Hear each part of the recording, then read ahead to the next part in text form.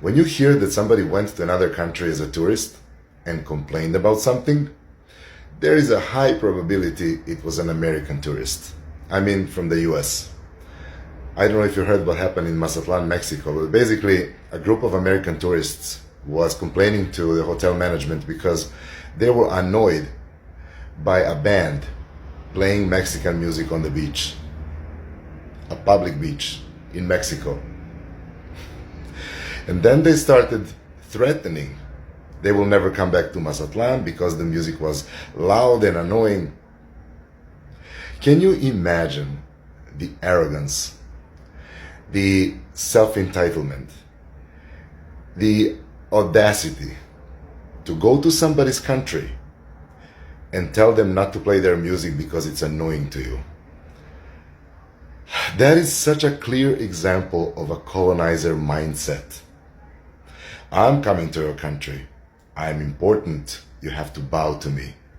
Instead of learning something about the culture and the country you're in, you expect people to adapt to you. But then when you go back home, you still expect people to adapt to you because you expect Mexicans to speak English in the US. But you probably don't even know that the US doesn't have the official language. English is not the official language of the US. You can look it up. These three things that I mentioned before, the ignorance, self-entitlement, and arrogance, are the major reasons for bad reputation of American tourists in the world.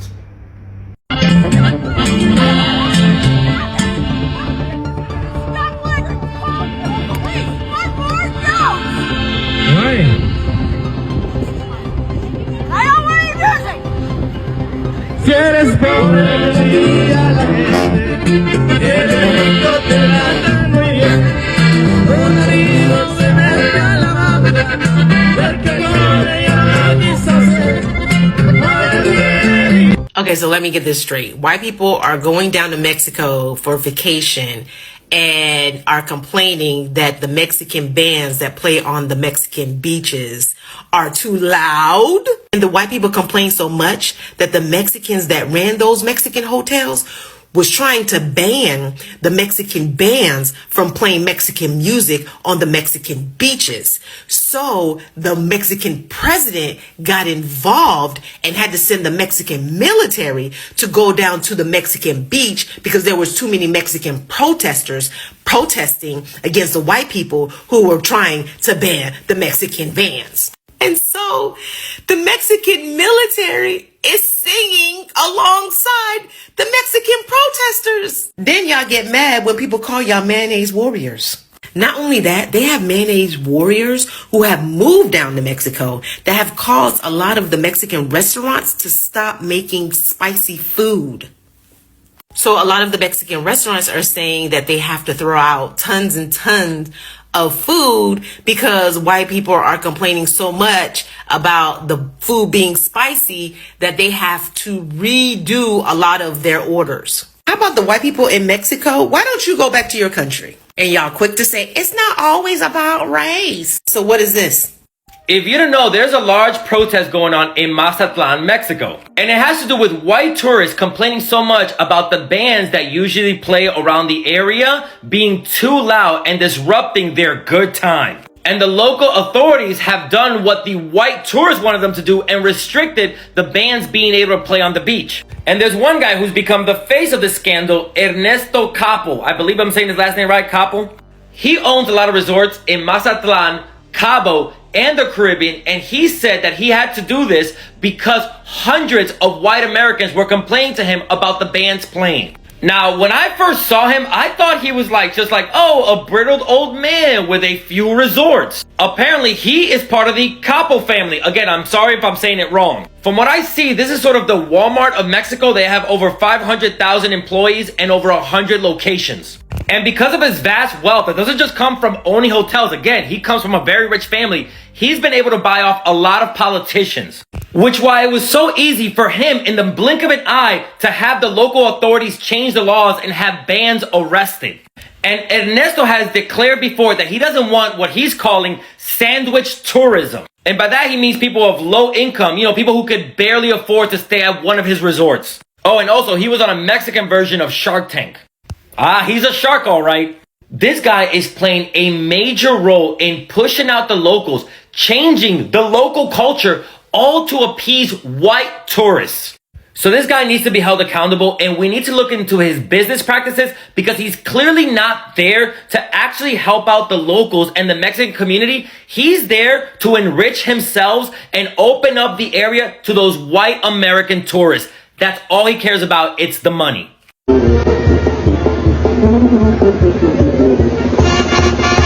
If you still don't know what happened in Mazatlan, Mexico, let me put y'all on because I got several things to say about it. So this video went viral comparing the white people enjoying their vacation as opposed to the Mexicans that typically play banda music on the beach. Now, Mazatlan is known for its banda sinaloense music, which is a huge tradition, listening to banda on the beach. So hotel owners were receiving some complaints from our fellow white tourists about how the music was very loud. So guess what the hotel owner did? He prohibited banda music at his hotels. You heard that right.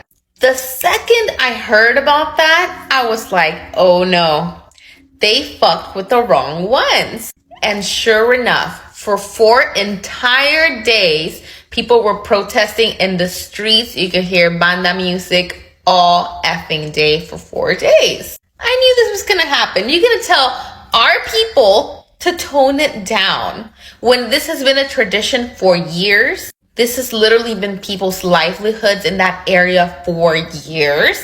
And because a white tourist wasn't exactly a fan of our music, we had to tone it down. No, sir, not today. So for one, I knew this was going to happen. I'm very proud of my people, and I'm very happy that we continue to fight to keep our traditions. But that hotel owner, I understand the bag is important, but no, sir.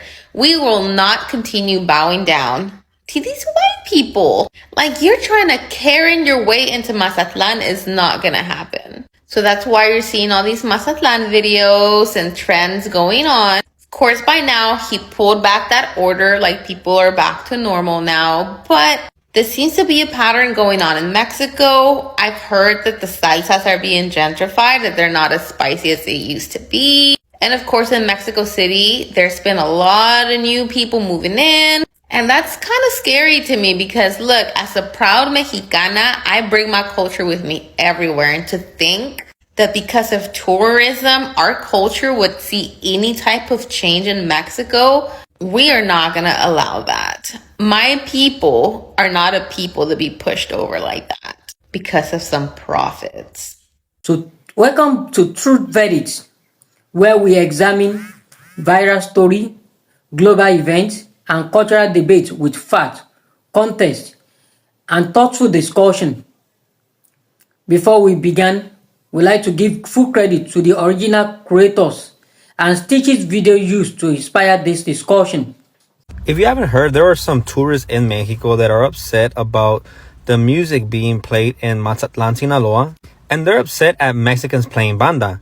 And it's very interesting because, again, that's part of the culture in that part of Mexico. And again, people go to Mazatlan, Sinaloa, even for that, to go on the beach, have the music playing, have your chela right there, you know. But now you have some entitled tourists who do not like that and are complaining about the music. And I want to highlight that Mexico has an informal economy, and you're going to have Mexican musicians who play music as a way to generate income. I've seen a few videos about certain interactions about tourists being upset at the banda. And I've seen other videos about the hotels being upset because it's upsetting the tourists, you know. And I think this is a two-issue problem that I really have not seen addressed.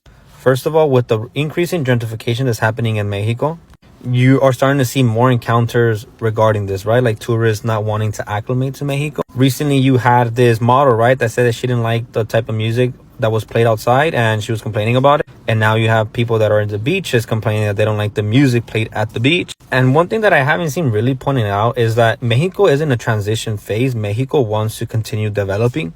And in that developing, Mexico is trying very hard to attract foreign investment. And this comes from them selling land to foreign investors, hotels being owned by foreign investors. And I feel that that's part of the underlying issue. And right, you even have presidential candidate Claudia Sheinbaum, where she was an advocate for Airbnb in Mexico City. And look how that turned out. So while it is the tourist's fault for not enjoying the different type of lifestyle that is out there in Mexico, remember that some of these tourists from the US even complain about taco street vendors in their neighborhood. I want to highlight that unless the Mexican government does something to protect Mexicans from tourists and foreign investors, you're going to keep seeing situations like this, right? You go to Cancun, you can't even go to certain part of the beaches because the hotels claim that part and they'll kick you out if you're in that area. But what is the government doing? So while we're upset at the tourists, we need to be acknowledging that the government needs to step in and needs to make sure that there's regulation in place to protect Mexican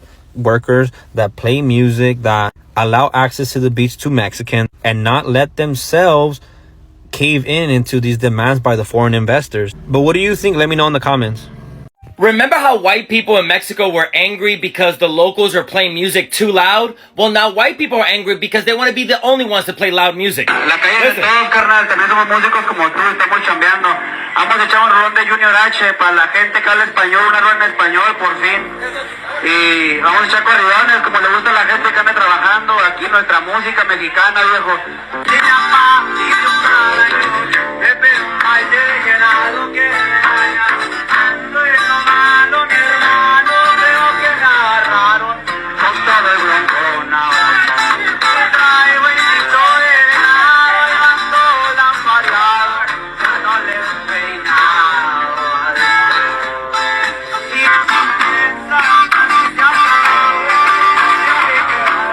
So a little bit more backstory just in case you don't speak Spanish. This all happened in Barrio Antiguo.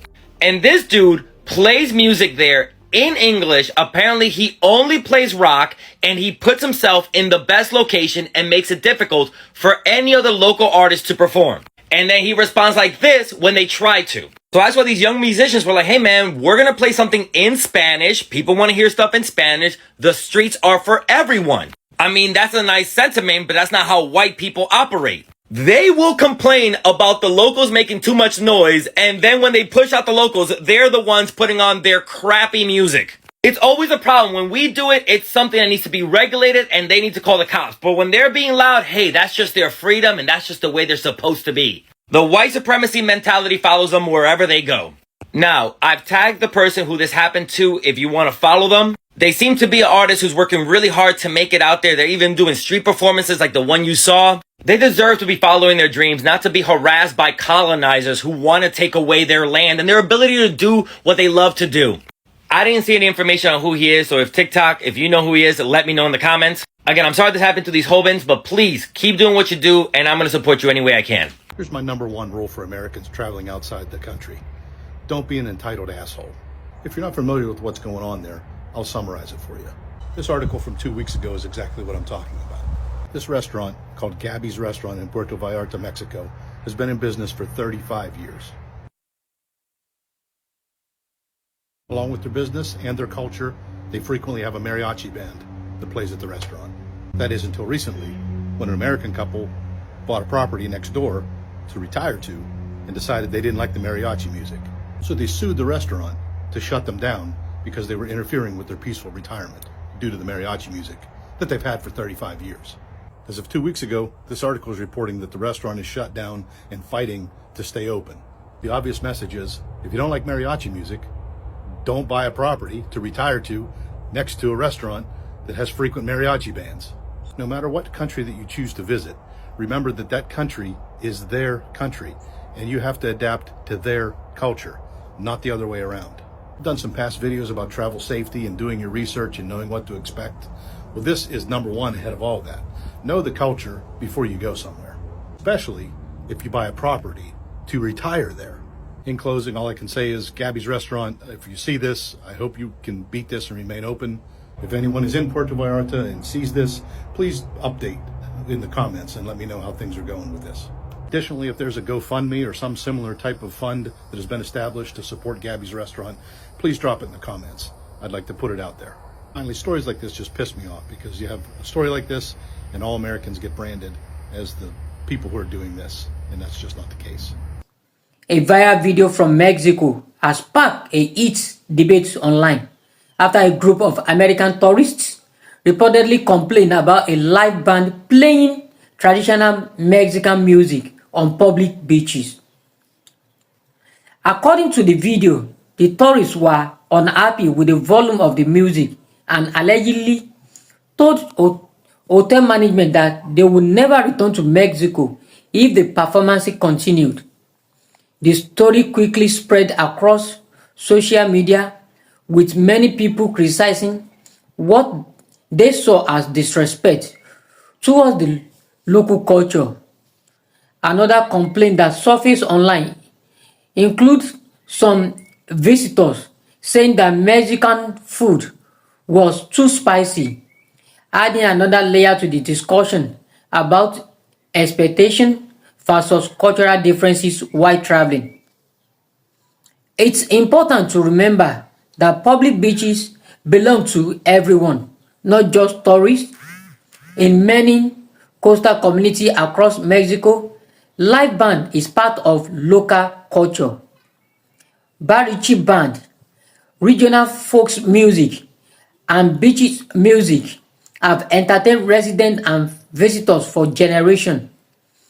For many locals, these performances aren't simple entertainment, they are part of their heritage and livelihood.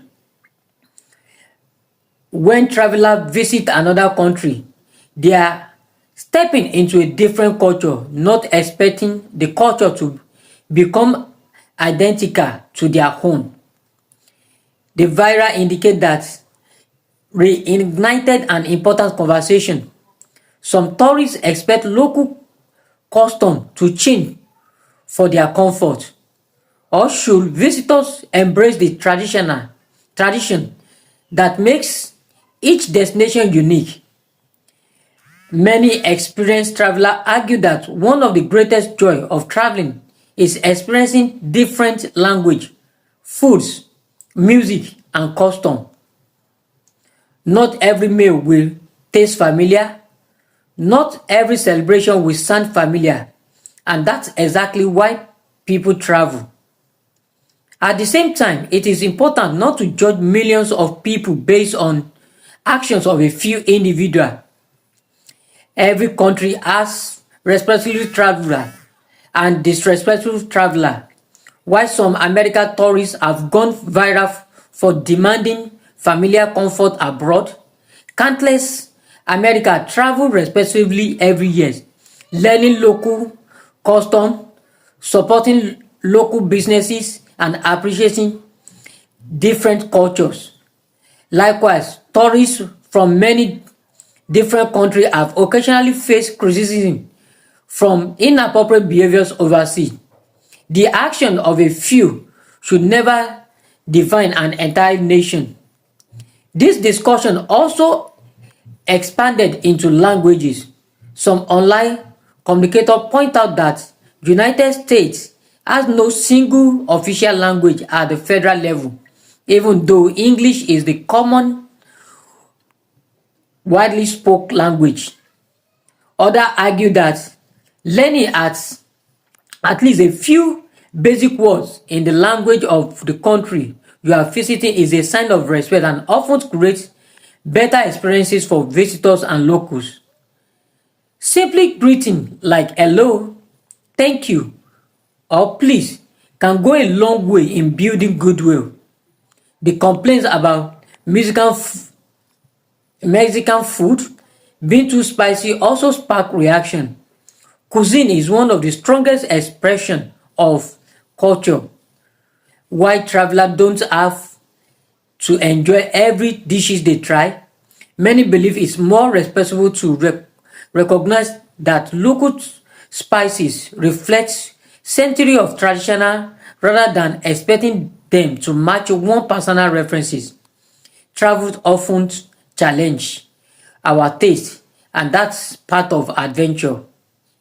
Perhaps this story isn't really about one beach in Mexico. It's about how we travel. Do we visit another country expecting it to feel like home? Or do we visit because we want to experience something different? The answer may determine whether we live with frustration or with unforgettable memory. Respect, curiosity, and humanity are quality that makes every traveler welcomes, regardless of where they are from. Thanks for watching Truth Verdict. If you enjoyed this documentary, don't forget to like, share, and subscribe to Truth Verdict and turn on the notification bell so you won't miss our latest documentary and global discussion. Once again, credit go to the original creators and Stitch's video that inspired today's discussion. Question for our viewers. When visiting another country, do you believe tourists should adapt to the local culture, or should destination make greater effort to accommodate visitors? Share your thoughts respectfully in the comments below. Until next time, stay informed, stay respectful, keep seeking the truth here on Truth Verdict. Bye.